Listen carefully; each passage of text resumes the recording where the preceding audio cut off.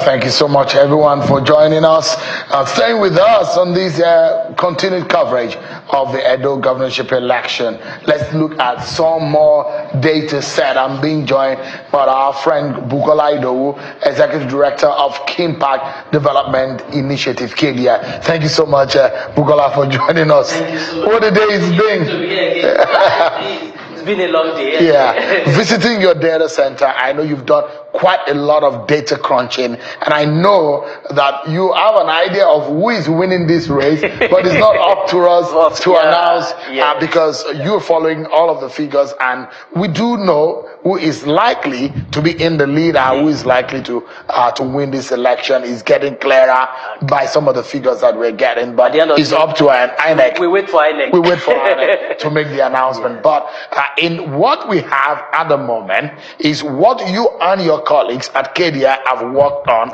and in this data set for the next few minutes, let's feed our viewers, whatever they may be watching tonight. This is a summary of the election process and procedures, and what did you find out in all of what we're seeing so far? Basically, we have 712 incidents and cases reported by the observer across 18 local governments. And you deployed massively now, and across 18 local government, 3 senatorial districts. But I think it's good to talk about the 4 most that came out strongly and I mean 1. So you have the first one, 177 out of that bordered about peaceful protest. I mean peaceful processes of the election. So which it means that the election was largely peaceful in most of those local governments. Local government, and at the same time, as against some of the threat analyses that have been made as to the possibility of violence, the possibility of clashes and conflict. But now there's a lot of people who are saying the election, the conduct was peaceful, and the data supports that too. And I'm also, I'm glad to say that you remember the town hall meeting on election security. Absolutely. Now, what it means is that the deployment and every other recommendation also works. So we have relatively peaceful election, but of course, the election is still not over. So because now we're seeing some narratives. Politicians are now saying, look, they want to rig the election, they want to take away security. This is the time. This is the time that security have to be beefed up, because this is the time result will be tinkling in and there. Then the next one, very interesting, just like about 4% difference, was commencement of polls. And then the next one was the arrival of INEC official. Then the next one was big issue was borders on. What did people say about arrival of materials? Did they say it was good or bad? Yes. So let's look at it. Arrival of material. So what it means is that late arrival of material just takes 76%. Wow. And of course, then when you now look at it, the accreditation and voting started later than 8:30. Now, so taking it from that summary of that 700, now you now have this percentage taken out of it. But again, when you now look at it, this talks about, but before I talk about it, but this talks about what the cause is, the reason for that late arrival. So greater percentage of that late arrival borders on late arrival, and greater percentage of late commencement borders on late arrival of INEC official, which is, of course, if you come late, you can't start early. So that is what it means. Of course, some of our observers could not actually say the reason for that lateness, but it's better to tell us, no, you don't have the reason than to cook up. Then 24, look at this, the next big one was because of rain. And you remember we talked about this issue of rain yesterday. I said it, raised it as one of the observations that the weatherman has said about 2 hours of rain is going to pour, and when it does pour, it might affect. Because it's going to happen during the day. And it did. And a whole lot of polling units, we saw the disruption. So you can see the rain. Then late departure from RAC center caused this now. So and again, interrogating this, I thought we should have gone past this because it keep occurring, reoccurring, and occurring, and that is what we have. And then in some instances, you have people. Most of the ad hoc staff trying to find their way around the beavers. But when you look at the local government most affected by this late commencement and late arrival of material, Oredo, and then you see Ego there, then Eastern Southeast, and then you see Ovia, and this gives you the. Of course, these are just the local government most hit by late arrival. And if you look at it, Oredo and Ego local government, they are in the city.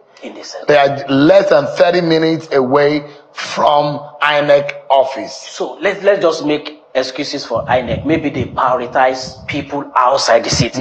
But that is still not an excuse because materials was moved to rack center, very close to some of those polling units. So, and I think what really is going on here, of course, maybe post-mortem of the election by INEC, they will be able to tell us. Then when you come down here, you look at the issue of vote buying, which is very, very rampant. But look at this. Almost all the local government experience it, but you have it more in Oka, then Ovia, and Ovia Northeast, and then Ego Central. They were arrested in Ego and Oredo by the EFCC. By the EFCC. So that's confirms that. But one of the things we also try to look at is that, look, out of those issues of vote buying, we try to look at, was it systemic vote buying or was it done with impunity, openly? But we find that more of it was systemic because it was not really done openly, where you have like about 28%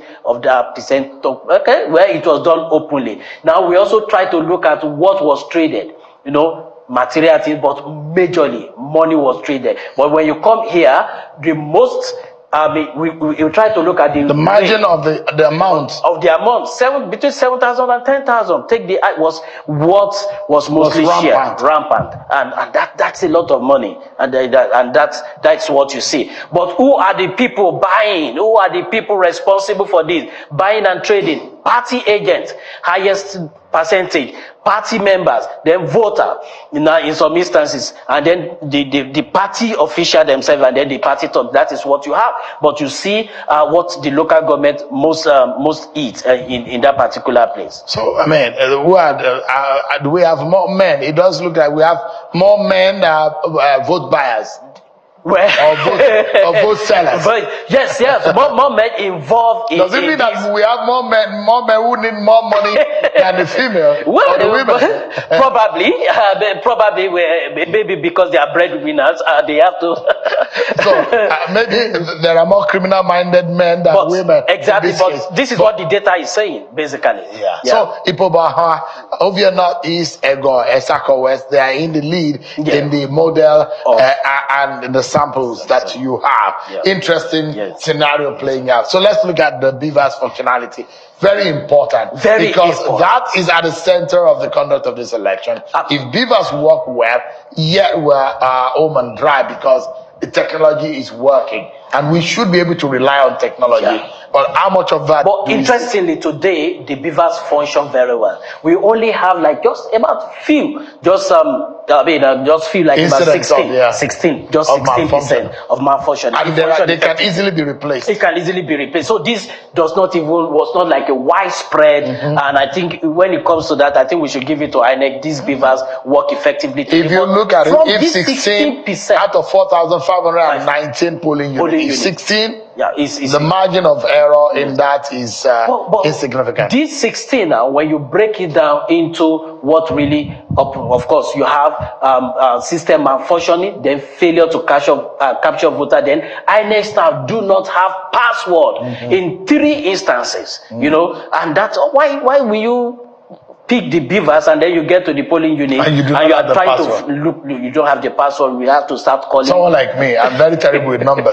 If you just password any device with number and you give me the number, trust me, I will not have the password. If I was one of the INEC staff, I might be in You this, might fall into rather than being in all of this. I might be more techie and but then I'm more resilient to use. But when it comes to password, I might be in this category. But you talk about the average time. Before we look at the time, this talked about the local government. We have 3 incidents in this Circle West. Ipobauka 3 incidents, already 3 incidents. So you can see it's not like something that was widespread, but this is what we have. But when you look at the time for Beaver's accreditation, you say over 5 minutes take the largest percentage, which means like, okay, between over 5 minutes. So the difficulty in the usage of it. Yes, a bit slow. Is a bit slow. That is one difficulty in the usage. At the end of the day, it's actually accredit. Now you have followed by 1 to 2 minutes, then 3 to 4 minutes. However, do you know why these have not been very giving us a lot of issues today? Was because technically the turnout was a bit low. Because by our calculation, if 300 people show up in a polling unit and then 5 minutes per person, then the election will have run into the night. But what we have is because it was a bit low, and then the turnout was a bit low, and then we are able to have this. But in all, you find out that the Beavers work effectively today. These are just like, of course, it's not widespread, but it shows that it works very well today. And I think it's good to look at the voting and the weather today now, and what really happened. So you find local government where voting paused due to rain. And these are the local governments. You have issues that, okay, well, they have to pause the voting because of rain. Ipobauka, Ego, then down like that. When we imagine that adequate preparations for tents and canopies and shelters, or maybe move the polling units inside classrooms or what have you. I remember in July of this year, we released the first report and we talked about the weather. We look at the weather in September and we talked about it, that it's likely going to rain just Friday and Saturday of the election. So INEC have enough time to make that preparation, adequate preparation for tent and everything. But of course, here we are today. Maybe. But they could, I suggested the other day, that they could have employed the service of rain catchers or the spiritualists to be able to arrest the rain. But jokingly, but then the real fact is that we are people that are not really so troubled by weather. We're not. The climate here is always very clement to us, but then we always take it for granted. If you were in other climes where the weather is always very unpredictable and harsher in terms of what they experience, brings out your building. You may not be able to. In fact, schools are cancelled because of harsh weather conditions. But here in Nigeria, all year round, we are always enjoying the weather condition. But again, it tells us something. We need to also think and plan properly. That is absolutely. We need to do that. Then we look at the voting did not start due to rain. This one, voting started, of course, paused during the rain, while the rain was going on. But here, voting did not start because of the rain. Then you have 4 local governments that were affected there. That is Eastern North, Eastern Central, Isako Central, and then Igweben. Then here, voting and raining were going on simultaneously here. And for us, we are really putting our eyes on these 2 local governments. Do you know why, Shil? The reason is that why voting and raining, voting were going on simultaneously, there are possibility of rejected votes. Spoiled ballots because of the rain. Because you can't be thumb printing just where it's drizzling and then we not smear that. We are looking at this and then, because by the time INEC release the data, and then we're going to see there might be issues. There might be issue of a lot the of validity of the ballot. Spoiled ballots here, and that is what it really talks about here.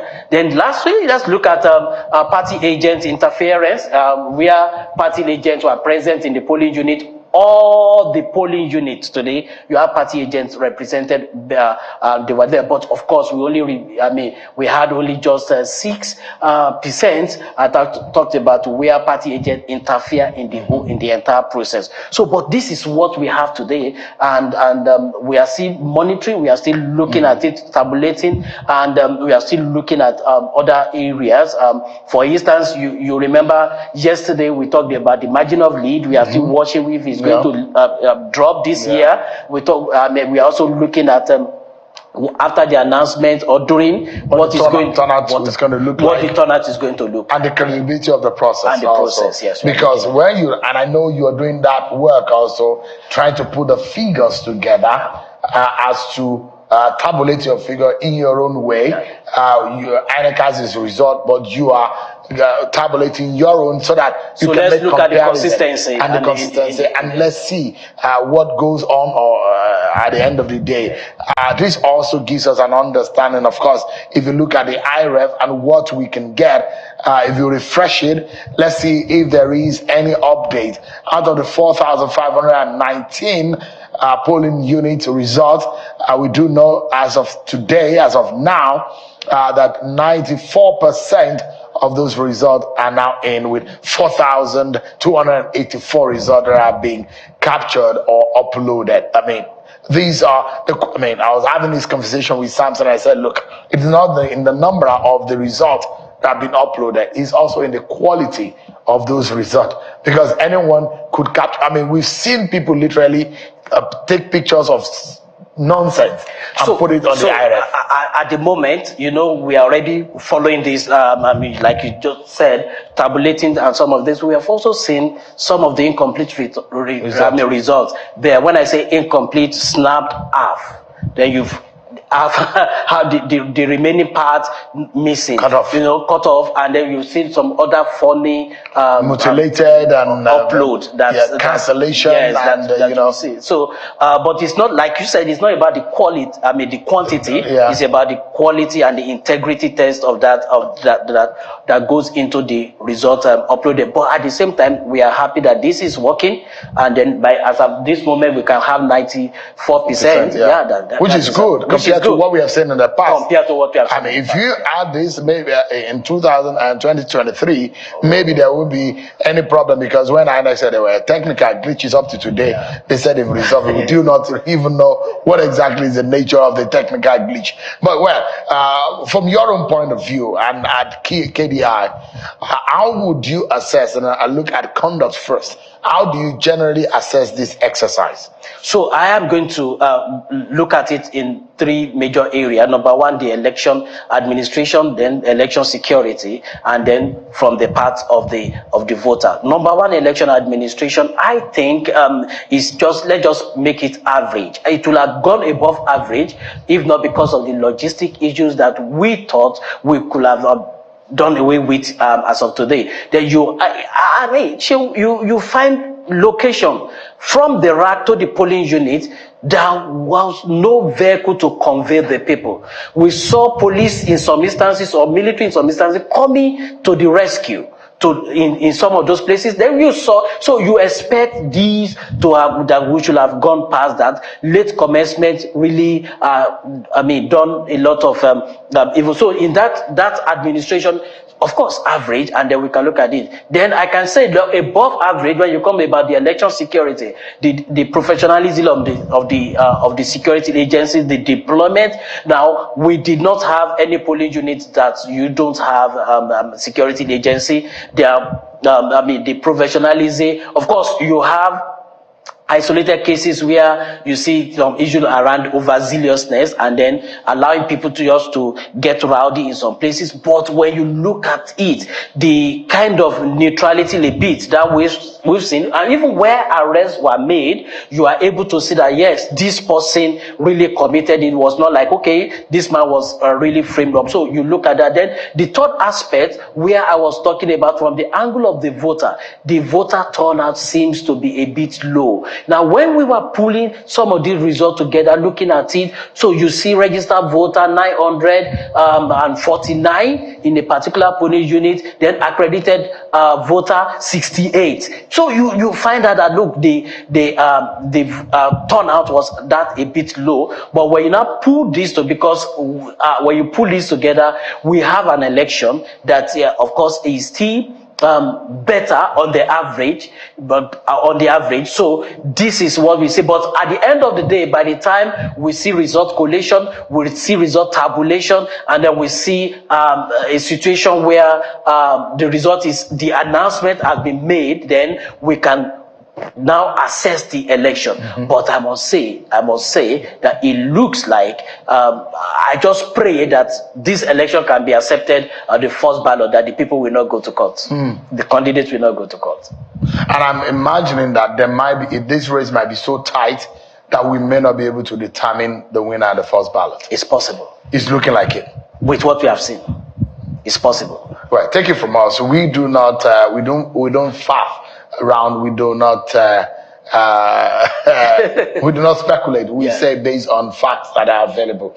But there's some stories coming in from INEC officially. They're saying the commission's attention has been drawn to an allegation of wrong figures entered into polling unit results sheet in the ongoing Edo State governorship election. INEC is saying this is the second complaint which they've received out of the 4,519 polling unit result used for the election, and the commission will immediately investigate the matter and deal with any proven infraction. There are being viral pictures of polling unit result, 2 instances according to INEC. They said they will investigate and get to the bottom of it. But then here we are, Bukola. Well done, good job. It is not over until it's over. We see how this whole collation goes, and hopefully, maybe they will allow all of us go to bed. We'll come in the morning, get the announcement done in few 3-4 hours.